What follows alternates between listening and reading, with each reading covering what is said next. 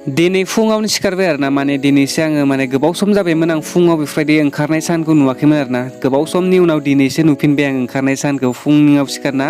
दायो टाइम जाबाय 5:30 बेनिफ्राय आङो मैया हराव एसे गोबाव जादोंलै 12:30 जादों उन्दुनाया बेनिफ्राय आङो सानबाय मैयानो सानखादों आङो गाबोन फुङावनो सिखारगोन होननानै स' दिनै बेनिखायनो 5:30 सिखारदों आरोना स' दिनैसो फार्स्ट डे नङाबाथाय आङो बुहुत लेट सिखारो आरोना सानफ्रामबो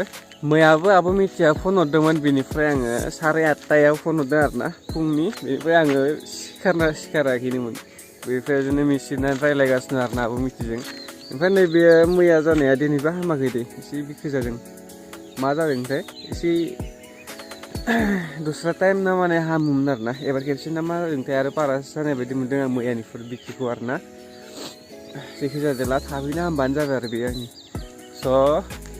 आरो आं खेबसे नोंथांमोननो देखायहरबावथारदोंसै आरोना माने जोबोर मोजां नुदों आं दिनै माने गोबाव सम जाबायमोन नालाय नुथाराखै सानखौ ओंखारनायखौ आरोना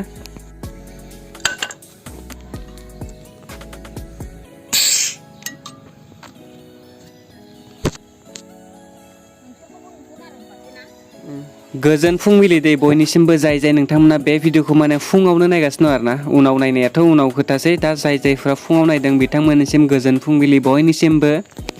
दा टाइम 6:30 जाबाय आरोना बेनिफ्राय आइजों आंजों नै फोथाराव मा लांफैदों हा लांफैगासिनो आरोना जों सानैजों ओमफ्राय एन्जर जावनाय हाखौसो बोखांना लांगोन दै बेनिफ्राय आङो दिनै आरोना मैया हराव आङो खैथायाव उन्दुदोंमोनथाय जायखिजाया बारदों नामा 12ता बारदोंबा बेफोरबायदिनो जादों आरोना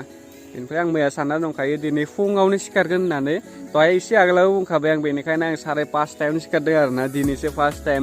बेनिफ्राय मैयाथ' आरो आब' मिथिया माने 8:30 फन हरदों दे फुङावनो बेनिफ्राय आङो सिखाराखैनोमोन आरोना बिराद निन्दो जाना दंमोन 8:30 बेनिफ्राय आब' मिथिया फन हरनानै बिदिनो बायदिसिना हरबाय आरोना खिन्थु आङो मैयानो सानखाना दं जि मैया आङो इसेबां लेट सिखारदों दिनै बेनिखायनो आं थाब सिखारगोन होननानै थ' बेनिखायनो दिनै आं थाबनो सिखारबाय आरोना नै आइ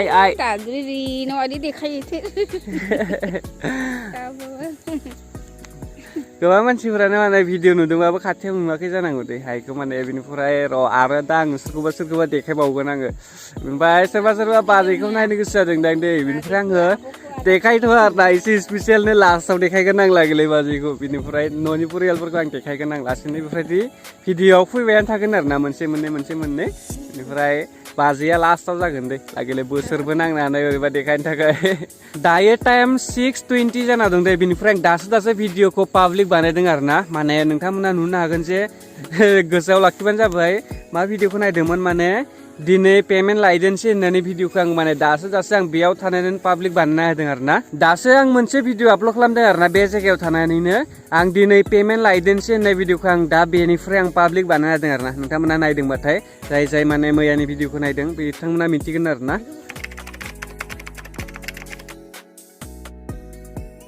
दायो जोङो फुलुनियाव थाङो आरोना बेनिफ्राय माने लाङिनिफ्राय 3 किल'मिटार जायो दिनै बिस्थिबार ना बेनिफ्राय बेयाव बाजार जायो आरोना जों दा थांगोनाव बेनिफ्राय दाखालिनिफ्राय मानसिफोरा माने सोंगासिनो दं दै माने नोंनि चेनेलनि नामखौ चेन्ज खालामबाय नामा होननानै स' आङो चेनेलनि नामखौ चेन्ज खालामबाय आरो दाखालिनो गोबां मानसिफ्रानो मिथिखायो आरो जाय नायगासिनो दं बिथांमोनाथ' मिथिखागोन माने बे आंनि थार्ड चेनेलनि नामखौ माने चेन्ज खालामबाय होननानै माने चेनेलनि नामखौ चेन्ज खालामनायनि मेन जाहोनानो जाबाय जे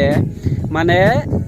100K लादोंमोन ना आङो 100K लानायाव माने सार्च खालामबाबो फैया आरोना आंनि चेनेला नाथाय बेनिखायनो आङो आंनि नामावनो लाबाय खोमदोनाव नार्जारिखौथ' होआखै आं खिन्थु खोमदोनखौल' लाबाय आरोना दानासो एबार सार्च खालामबाथाय भिडिअआ फैसिगोन आरो माने आंनि चेनेला फैसिगोन आरो एबार सार्च खालामबाथाय नङाबा आगोल 100K लानाय समाव माने आंनि चेनेला नुजाफैयामोन बे लामायाव आं माने बेरायनो बिराद मोजां मोनो आरोना बेजाय लांदां बेनिफ्राय आं बे लामायाव बांसिन फैबाय दायो सम मोनाबाथाय आरोना ओरैनो सानाव फुङाव बेफोरबायदि फुङाव फैनांगौ आरो मोनायाव फैनांगौ आरो बिराद बार मोनो लांदां नालाय जायगाया गामि सेरावनो दै बे लामाया बिनिफ्राय चेनेल मोनसे फेदेरनोबाथाय माने बिराद खस्थ' खालामनांगौ आरोना जुदि नोङो चेनेल अलरेडि मोनसे गेदेर खालामनानै दोनखाबाथाय नोंनि सेकेन्ड चेनेलफोरा माने खस्थ' जाया आरोना थाबैनो ग्र' जायो सेकेन्ड चेनेलफोराव जुदि नों मोनसेयावनो खामानि मावग्रोनांगोन आरोना जोबोर गोबावनो आंबो माने फार्स्ट टाइमावनो बोसोरसे बारदों मोनसे चेनेलावनो खामानि मावनाया बेनि उनावसो आङो ब्लग चेनेल खुलिदों ब्लग चेनेलावबो आंनि